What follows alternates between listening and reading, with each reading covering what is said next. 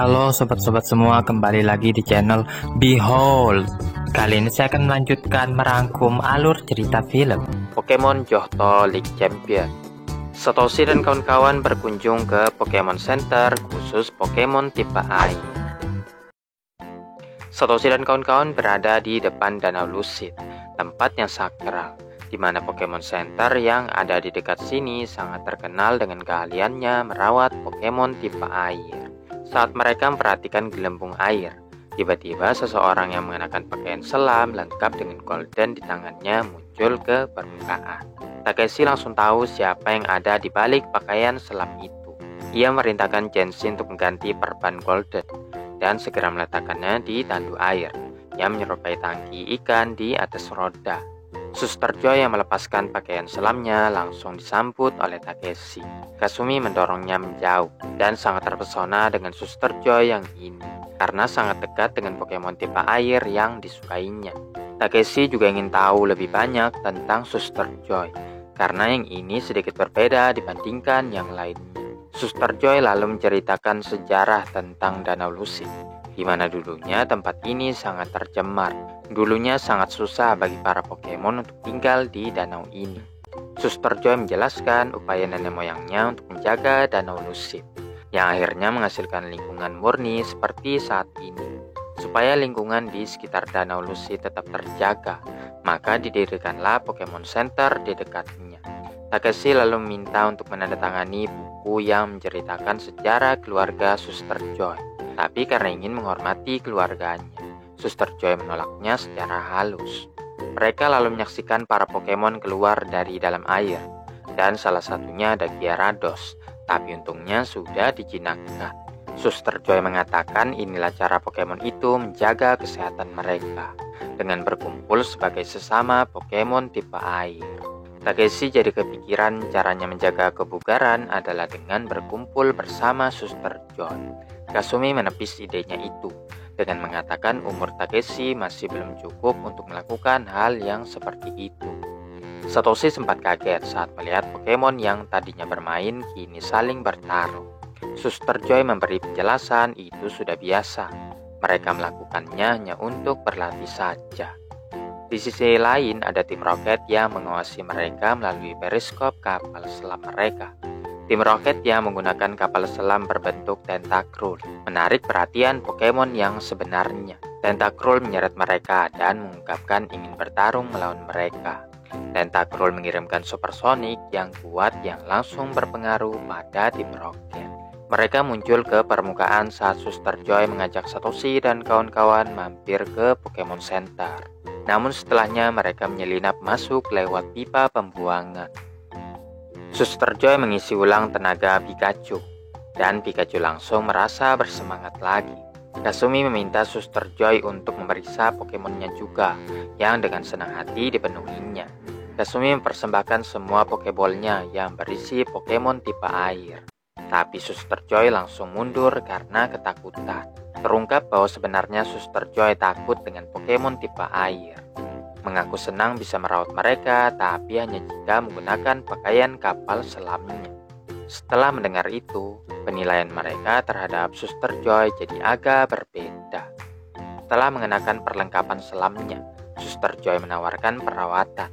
Namun Kasumi yang terlanjur kecewa menolak layanannya. Suster Joy meyakinkan Kasumi ketakutannya itu tidak mempengaruhi kemampuannya untuk melakukan pekerjaannya. Meskipun begitu, Kasumi masih ragu dan memilih membawa sendiri Pokeballnya ke ruang perawatan.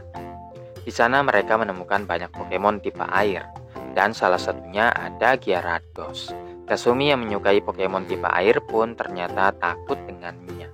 Yang diakui Suster Joy itu hal yang wajar, karena setiap orang memiliki sesuatu yang mereka takuti. Suster Joy menerangkan bahwa telah merancang berbagai perawatan tipe air tanpa harus menyentuh mereka. Kasumi mempertanyakan tingkat pemahaman Suster Joy yang dianggap Takeshi terlalu kasar, tapi itu sebagai wujud kekecewaannya terhadap Suster Joy. Suster Joy dengan tulus meminta maaf dan mengakui bahwa ada sebuah insiden yang membuatnya tidak menyukai Pokemon tipe air. Dulu Suster Joy dan ibunya melakukan penelitian peningkatan jumlah Remoraid di danau.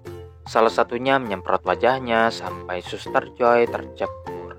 Suster Joy lalu dikelilingi segerombolan remoret, dan sekembalinya ke perahu, insiden itu membuatnya takut terhadap semua Pokemon tipe air.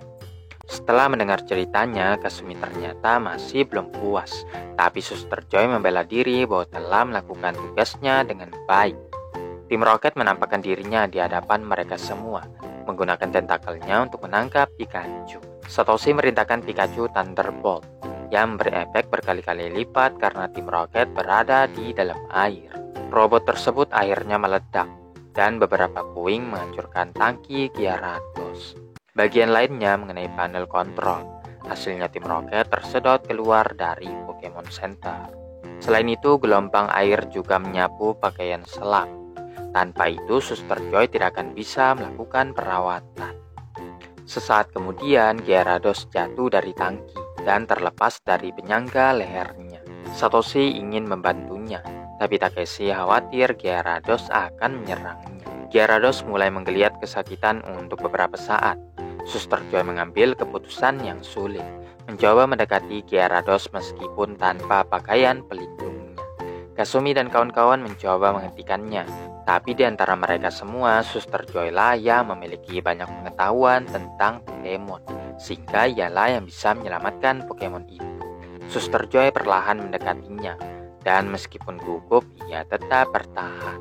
Suster Joy yang berada tepat di depan Gyarados, menepuk-nepuk dahinya untuk menenangkan Pokemon yang kesakitan. Suster Joy lalu memanggil Jensi yang disuruh membawa penyangga leher.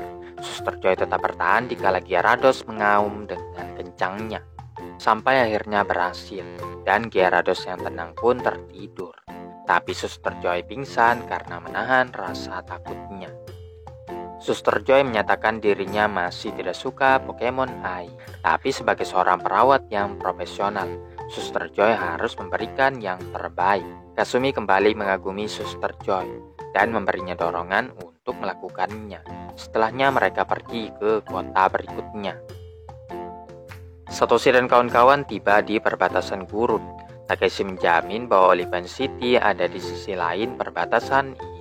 Beberapa langkah setelahnya, Satoshi terjatuh ke dalam lubang sedangkan Pikachu tertangkap.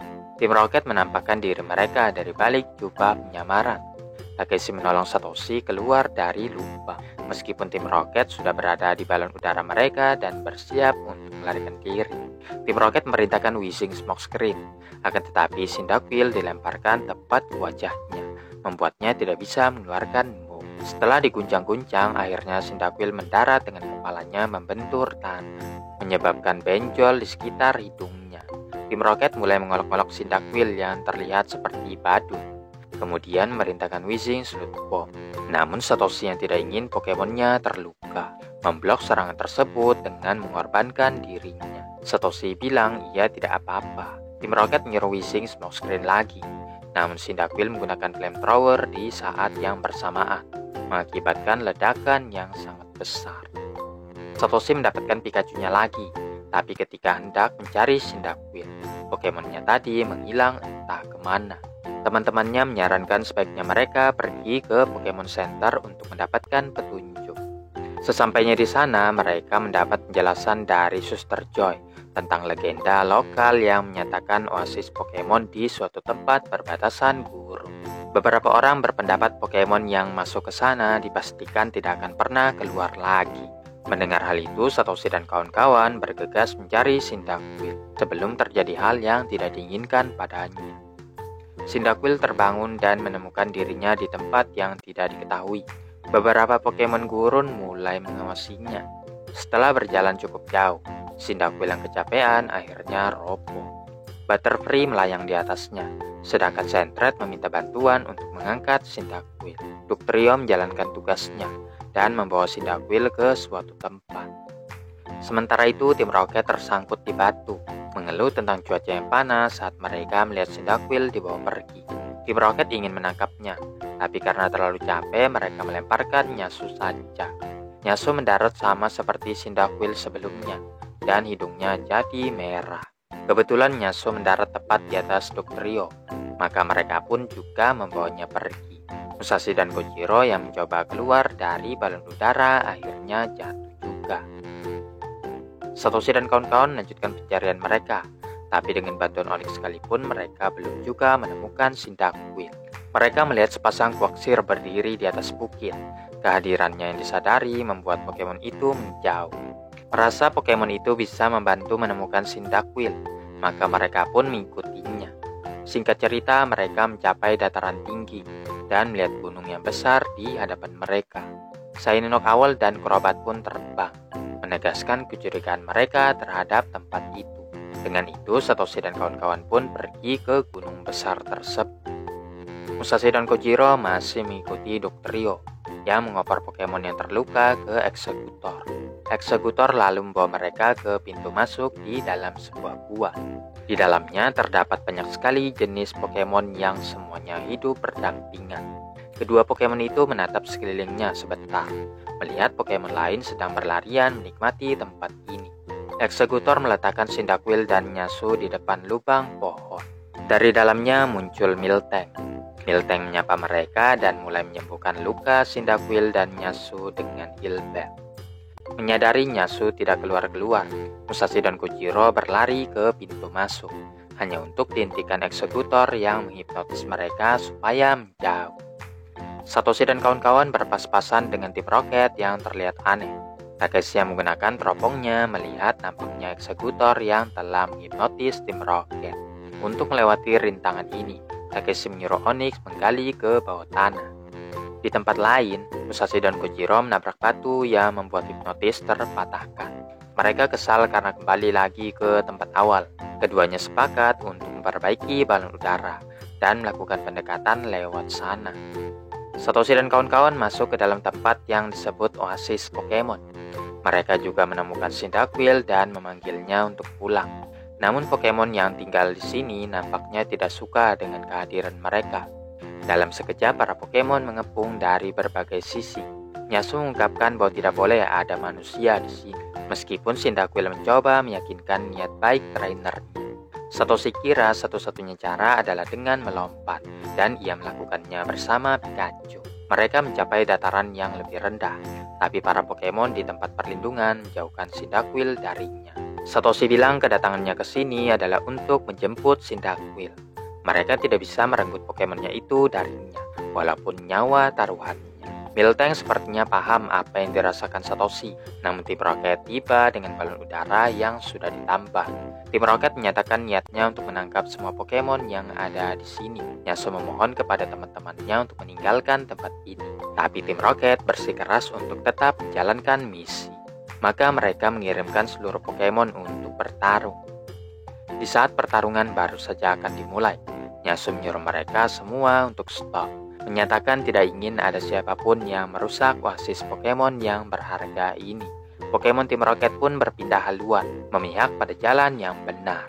Merasa semuanya sudah tidak berguna, tim Rocket membalikan Pokemon ke Pokeball dan memutuskan untuk menangkap Miltank secara paksa. Nyasu meraih jaring dan naik ke balon udara, tapi Musashi dan Kojiro menahannya sebelum sempat melakukan apapun.